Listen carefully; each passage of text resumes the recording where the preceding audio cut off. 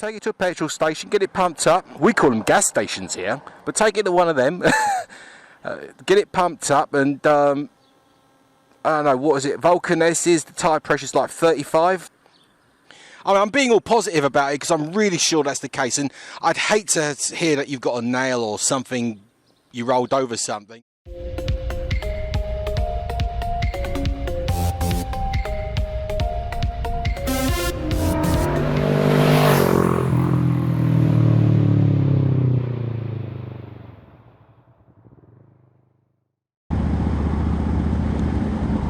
Try and get out of this lay-by now. Okay, so in your own time, take it away, Uncle Red Devil. Hello, good morning, good day, good afternoon, good evening, whoever and wherever you are. We're back again. I am myself, Uncle Red Devil, and with me we've got the Cockney biker once again. This happy chappy. Do you want to introduce yourself, good sir? Yes, everybody, how are you all doing today? I hope you're having a fantastic day. This is the Cockney biker, and joining me today is Uncle Red Devil, my good chum from England. And we're just taking another run today and having just a little chin wag about the state of the world, as we normally do. So how are you doing today? Absolutely fine. So, I started off today, just jumped on the bike, rode for, say quarter of a mile, and I realised the back wheels actually lost a lot of tyre pressure. And silly me, I've not really looked at it a great deal since I got Jelly Bean about 5 or 6 months ago. So, lesson there, always check your damn tyre pressures and give your bike a once over before you jump on it. The lesson of that particular scenario is, check your tyre pressures as often as possible. It's normally recommended to check them once every week or so, but you can get away with once a month. Just don't let it go too long, because the tyre pressure does go down over time. It's a natural process where it just happens. But at the same time, it's not the end-all be-all. A lot of your personal safety on any vehicle that you operate is 90% of it is on you being defensive and being careful and watching out for any kind of dangers and reacting to them, or being ready, having a plan to react to them. You know what I mean? Uncle Red. Calling Uncle Red. A few moments later. I wonder what happened there. I say, that was rude. Hello? Ah! I was halfway through a sentence and then you stopped replying. I thought, oh God, what's going on here?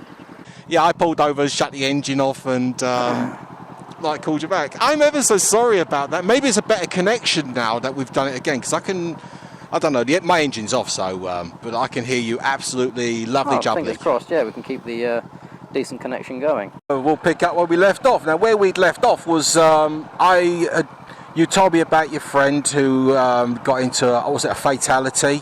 Yeah, it wasn't anyone I know. On his motorcycle. It was shared by one of my friends on Facebook, and that's how I kind of learnt about it. Okay, and I've got a friend who, like I say, something happened. He got into an accident on his bicycle. Yeah. And ended up getting airlifted to Shreveport Hospital with some. I don't know how severe the damage is. Apparently his hand is all smashed up, so they're going to have to do loads of surgery on that to fix that. And he bashed his head pretty badly. I don't know if he was wearing any kind of helmet on his bicycle. But his legs and knees are apparently in not the best shape. But that wasn't the main concern. The main concern was his smashed up hand. Yeah, that's it's never easy hearing about this sort of stuff as well, because it could literally happen to anyone at any time, and But that's it's so unfortunate.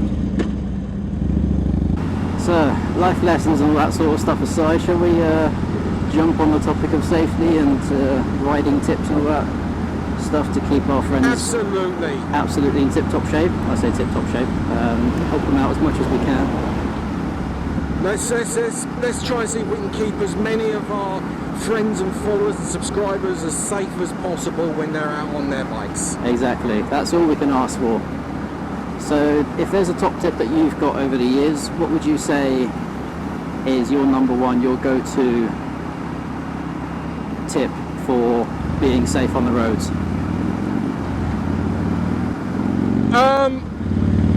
Well, it's like a blend of things that you have to be careful of. You see, as I've always explained before, you know, people learn how to ride a motorcycle. Yeah. You know, they learn about the clutch, the gears, the brakes, and they sort of manage to sort of wobble their bike forward and not stall it or anything like that. And they take their test and they pass it, but then the real education comes from experience. And it's a lot different than being in a car. Riding around on a motorcycle means that it demands your attention, and it demands your respect as well. And so the number one nugget that I would tell any new rider, any new beginner, I think the most important thing is, obviously, don't be afraid, but do not ride your motorcycle if you're feeling emotional. Yeah.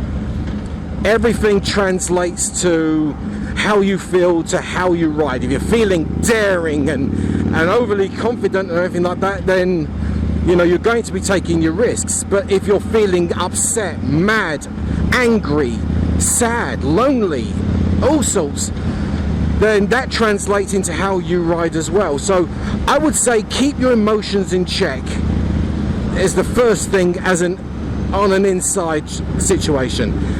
As for the outside, it's obviously you've got to keep your eyes open. You've got to watch out for what's going on. You've got mirrors for a reason, and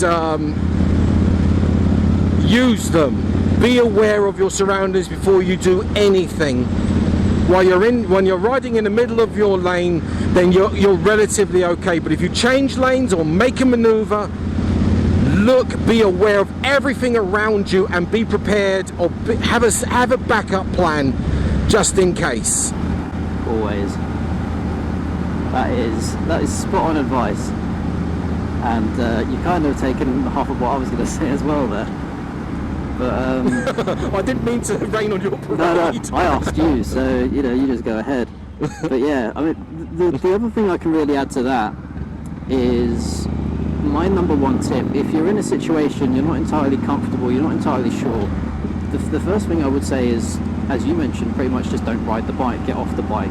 If you're sort of mid-journey, for example, and you go through like a near miss or a scare, you get too close to the edge of the road and you think you're going to come off, you know, there's always things on the road which are going to make it difficult to get back on that bike or to get your confidence back up again. So the number one top tip I would have is just slow down and take note of what's going on around you. Just observe what it is that's happening, because by trying to pretend that nothing's wrong, in the same way the maintenance works on your bike, by pretending nothing's wrong, yeah, you could get home and you could be absolutely fine, you could brush it off the next day and just carry on. But if you get back on that bike with that thought in the back of your head that something's not quite right, you've had that near miss, you've had that scare, then just simply, if you are sort of in the middle of nowhere, kind of like I am now, just slow down, reel it back a bit. Don't worry about the people behind you. If necessary, just pull over, take a breather, and you know, just try and gather your thoughts again. But as I said, just slow down. You'll have more time to react to things, and you'll notice things in your mirrors a lot more, because it's not that you're not looking forward up the road, but you know, if I was doing national speed limit here, I'd be up this hill and around the corner already by now. But I've got the time to look. There's a biker behind me, fantastic. He can probably overtake me in a minute anyway. So yeah, I'll let him pass. So all yours, sir. Go on, son.